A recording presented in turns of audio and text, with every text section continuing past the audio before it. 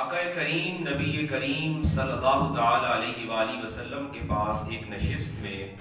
بیٹھے ہوئے وہ عرض کرتے ہیں فداک امی و ابی یا رسول اللہ صلی اللہ تعالی علیہ وآلہ وسلم،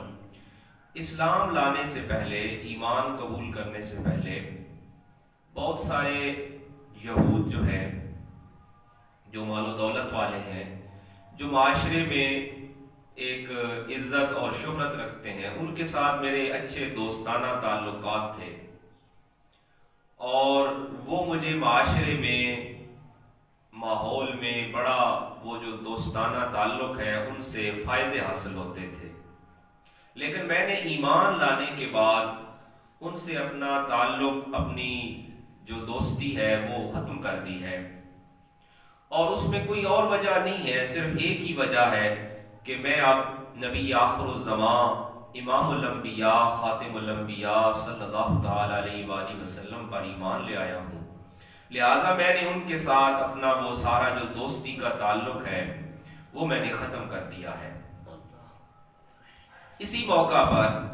صاحب تفسیر کبیر امام فخر الدین رازی نے اپنی تفسیر میں بیان فرمایا، آپ فرماتے ہیں کہ اسی موقع پر ایک منافق جو ہے، عبداللہ بن ابی جو ہے، وہ وہاں موجود تھا۔ وہ کہتا ہے کہ عبادہ بن صامت نے کوئی اچھا کام نہیں کیا، میں بھی ایمان لانے سے پہلے میرے یہود کے ساتھ جو مال و دولت والے ہیں، جو معاشرے میں ایک بڑا سٹیٹس رکھتے ہیں، میرے ان کے ساتھ اچھے تعلقات تھے، لیکن میں نے ایمان لانے کے بعد وہ ختم نہیں کیے وہ تعلقات، بلکہ مجھے ان سے بڑا فائدہ حاصل ہو رہا ہے،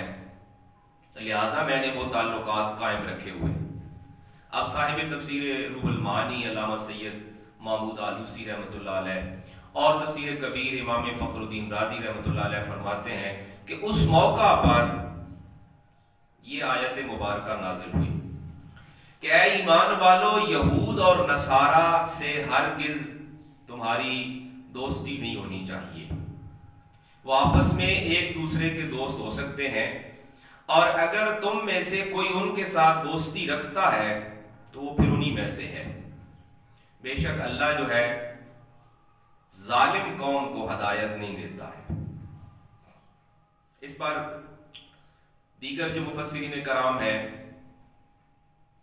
انہوں نے کچھ اور آراء بھی پیش کی ہیں، جن میں ایک جو ہے وہ غزوہ احد سے متعلق ہے، لیکن ان میں اتنی زیادہ مطابقت نہیں ہے ان کا زمانی جو وقت کا، کیونکہ غزوہ احد کا جو زمانہ ہے اور اس سورۃ المائدہ کے نازل ہونے کا ان میں کافی سارا فرق ہے، لہٰذا ان کو ان روایات کو زیادہ بہتر اور معتبر نہیں مانا جاتا۔ تو یہ جو روایت ہے حضرت عبادہ بن صامت کی، اس کو زیادہ ویریفائی کیا گیا ہے، زیادہ معتبر سمجھا گیا ہے، اور نبی کریم آقا کریم صلی اللہ تعالی علیہ وآلہ وسلم نے ایک تو یہ آیت مبارکہ انہیں وہاں پہ تلاوت فرما کے سنائی انہیں کہ اللہ کی طرف سے یہ وحی آئی ہے، اور دوسرا ساتھ فرمایا کہ عبادہ بن صامت جو ہے یہ فائدے میں رہا ہے، یہ نقصان میں نہیں رہا۔ عزیز محترم، اب اس آیت مبارکہ کی طرف جب ہم دیکھتے ہیں تو پتہ چلتا ہے کہ اللہ کریم نے ایمان والوں کو مخاطب کیا ہے کہ اے ایمان والو، یہود اور نصارہ تمہارے اولیاء نہیں ہو سکتے۔ اب دوستی کا قرآن مجید میں ہی اگر دیکھا جائے تو اللہ کریم نے احبا کا لفظ بھی استعمال فرمایا، محبت کرنے والے، اس کے بعد معیت کا لفظ بھی استعمال فرمایا، یا ایھا الذین آمنوا اتقوا اللہ وکونوا مع الصادقین، معیت اختیار کرو۔ ایک اور لفظ جو ہے وہ اصدقاء بھی استعمال فرمایا۔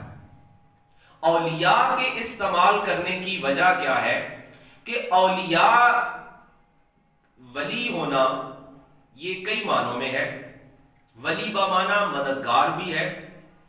ولی بمعنی دوست بھی ہے، اور ولی بمعنی حمایت یافتہ بھی ہے، اور ولی بمعنی سرپرست بھی ہے۔ تو لہٰذا ان کسی بھی معنوں میں، ان میں سے کسی بھی معنی سے متعلق اگر مومن اہل ایمان یہود یا نصارہ میں سے کسی کے ساتھ اپنا تعلق رکھتا ہے، یعنی ان سے کسی بھی طرح کی حمایت لینا چاہتا ہے، کسی بھی طرح کی مدد لینا چاہتا ہے، یا ان کی سرپرستی لینا چاہتا ہے، یا کوئی دنیاوی فائدہ حاصل کرنا چاہتا ہے، فرمایا کہ لا تتخذوا اليہود والنصارى اولیاء، یہود اور نصارہ ہرگز تمہارے ولی یا دوست نہیں ہو سکتے ہیں۔ اور یہ یہاں پہ نہیں، قرآن مجید نے بہت سارے مقامات پر اس بات کو واضح کیا کہ جو کافر ہے، اور پھر کافروں میں بھی یہود و نصارہ جو ہے، اب اس پر بھی کئی معترضین نے اعتراض کیا کہ باقی جو کفار ہیں، بت پرست ہیں، جو آگ کی پرستش کرنے والے ہیں، ان کے بارے میں کیوں نہیں بتایا؟ بتایا گیا کہ زمانے میں، علاقے میں باقی جو بت پرست ہیں، ستارہ پرست ہیں، آگ کی پوجا کرنے والے ہیں، ان کو تو پہلی کوئی حیثیت حاصل نہیں ہے۔ یہود جو ہے، ان کے بارے میں تو یہ یقین ہے اور یقین رکھا جا سکتا ہے کہ ان کے پاس سارے گزشتہ انبیاء کی وراثت ان کے پاس موجود ہے۔ نصارہ کے پاس حضرت عیسیٰ علیہ السلام کی جو کتاب اور تعلیمات ہیں وہ یہ دعویٰ رکھتے ہیں، لیکن اس کے باوجود کہ ایک طرف ان کے پاس بے شمار انبیاء کی وراثت کا دعویٰ ہے، اور ایک کے پاس حضرت عیسیٰ ابن مریم علیہ السلام کی تعلیمات کا دعویٰ ہے، مگر اس کے باوجود قرآن مجید کلام الہ ہمیں یہ بتا رہا ہے، حالانکہ یہ آیت کا جو شان نزول ہے وہ اس موقع کی مناسبت سے تھا، لیکن اس کو محدود نہیں کیا گیا، قرآن مجید نے اس کو باقی رکھا اور اس کے حکم کو قیامت تک کے لیے جاری رکھا کہ مومن چاہے شرق میں ہے، غرب میں ہے، شمال میں ہے، جنوب میں ہے، عرب میں ہے، عجم میں ہے، جہاں بھی ہے، مومن کے لیے یہود و نصارہ دوست نہیں ہو سکتے ہیں۔ مومن کے لیے دوست جو ہے وہ اہل ایمان ہو سکتے ہیں۔ حاضرین محترم، اب اس پر اگر اگلا اس کا حصہ ساتھ رکھا جائے، فرمایا بعضهم اولیاء بعض، اب یہ جو اشارہ ہے یہ اس بارے میں ہے کہ تم کسی کو اپنا دوست رکھتے ہو تو ظاہر ہے کہ پھر اس کی آگے سے بھی کئی دوستی ہے نا، وہ جو یہود ہے، وہ جو نصرانی ہے، وہ جو عیسائی ہے، اس کی پھر آگے کسی اور کے ساتھ بھی دوستی ہے، اور ایمان کے پس منظر میں، ایمان کے پرسپیکٹیو میں وہ تمہارے ہر طرح سے دشمن ہے، وہ تمہارے معاشی دشمن ہے، وہ تمہارے سماجی دشمن ہے، وہ تمہارے اخلاقی دشمن ہے، اور وہ تمہارے مذہبی و ملی دشمن ہے۔ لہذا تم کسی ایک دو فرد کے ساتھ یا کسی، اگر اس کو عموم لیا جائے،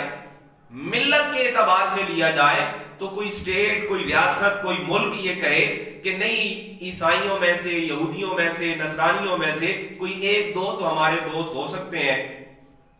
اور باقی جو ہے نا وہ نہیں ہے، یا ایک دو جو ہے وہ ہمارے دشمن ہے اور باقی دوست ہیں، فرمایا نہیں، بعضهم اولیاء بعض، وہ سارے آپس میں ایک دوسرے کے دوست ہیں۔ اور جس طرح حدیث پاک ہے کہ جو کفر ہے، اس کو حدیث پاک میں ملت واحدہ قرار دیا گیا ہے کہ کفر جو ہے یہ ملت واحدہ ہے۔ اب اسی آیت کا اگلا حصہ ہمیں مزید اس کے بارے میں عکاسی کر رہا ہے کہ وَمَن يَتَوَلَّهُم مِّنكُمْ فَإِنَّهُ مِنْهُمْ۔ اب اس کے باوجود کہ جب کلام الہ نے، رب کے کلام نے، وحی الہی نے اعلان کر دیا ہے کہ کسی مومن کا کسی طرح بھی کوئی یہودی یا نصرانی عیسائی دوست نہیں ہو سکتا ہے،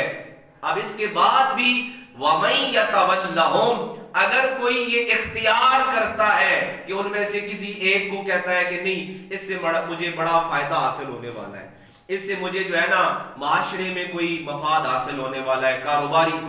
کوئی معاشرتی، کوئی سماجی، کوئی سیاسی، کسی طرح سے بھی کوئی فائدہ حاصل ہونے والا ہے، فرمایا فَإِنَّهُ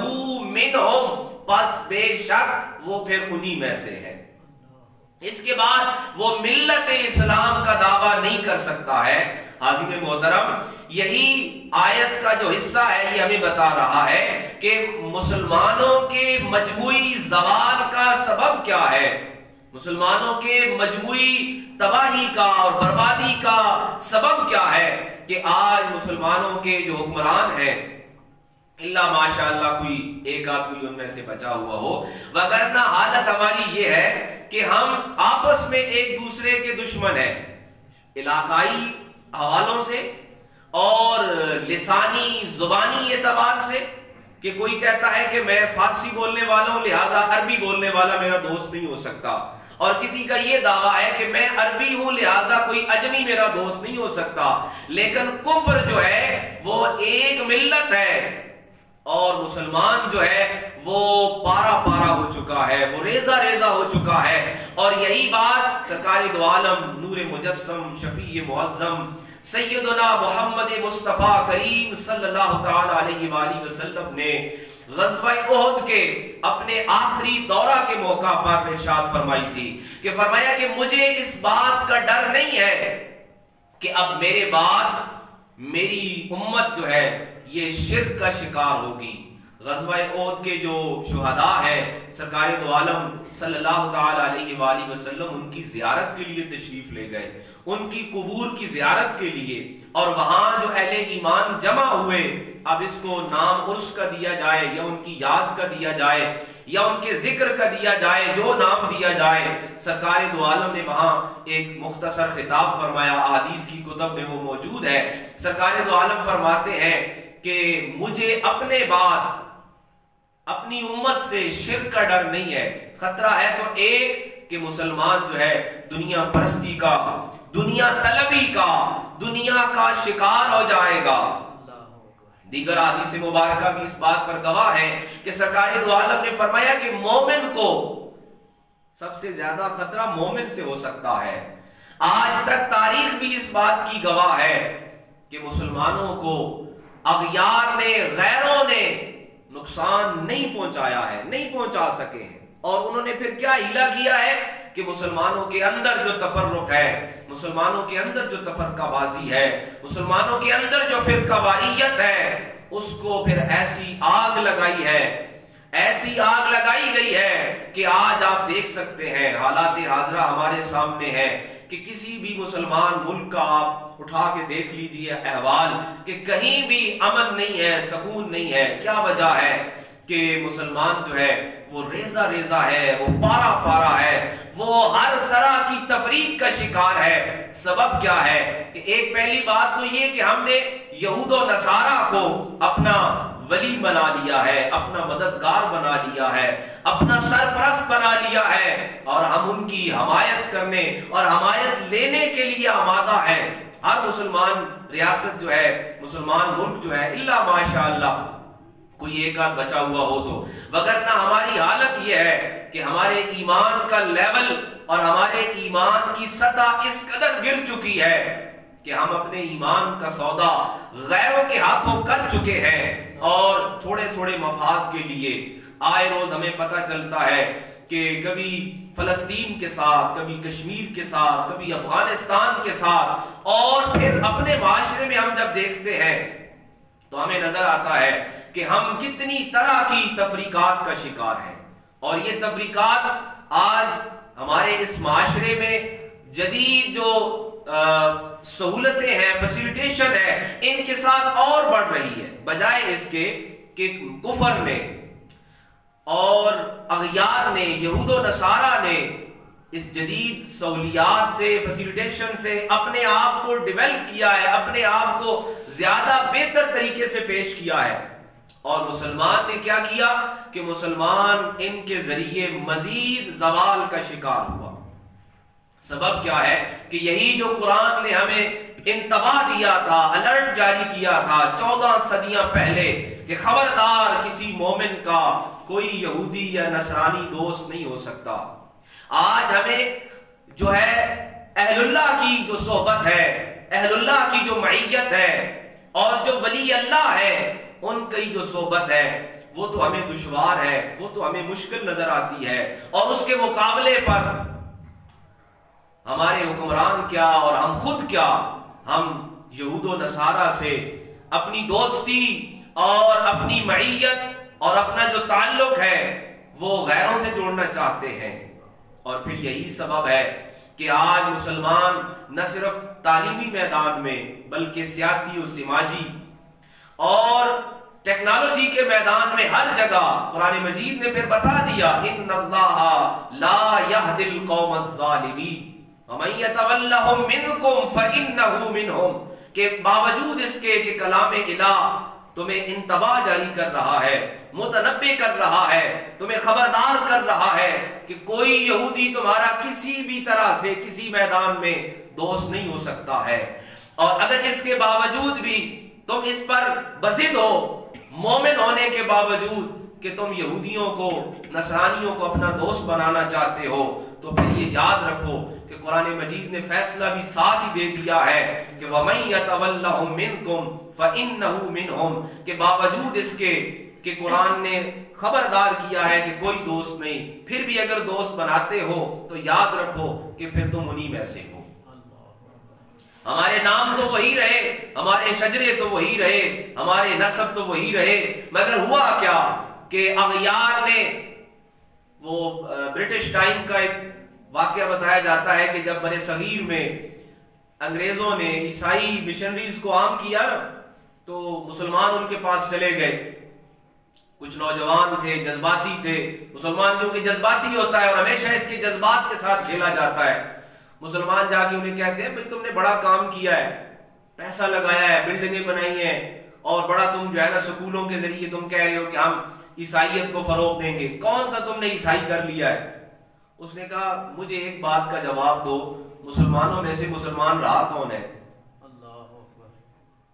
ہمیں انہیں عیسائی بنانے کی ضرورت ہی نہیں ہے،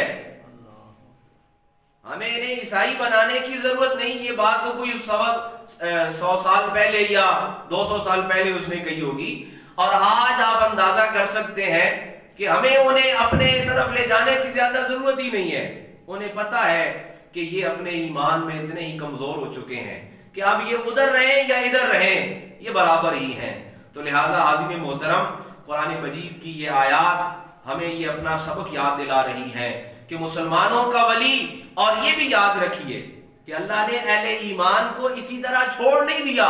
بلکہ قرآن مجید نے فرمایا کہ اہل ایمان کے مددگار ہیں، ولی ہیں، دوست ہیں، پہلے سرکار دو عالم نور مجسم شفیع معظم سیدنا کریم صلی اللہ تعالی علیہ وآلہ وسلم، آپ سب سے اہم اور سب سے معتبر ولی ہے، بہترین دوست ہیں اور بہترین راہبر ہیں، بہترین سرپرست ہیں، اور اس کے بعد اہل اللہ جو ہے وہ اہل ایمان کے ولی اور دوست ہیں اور مددگار ہیں۔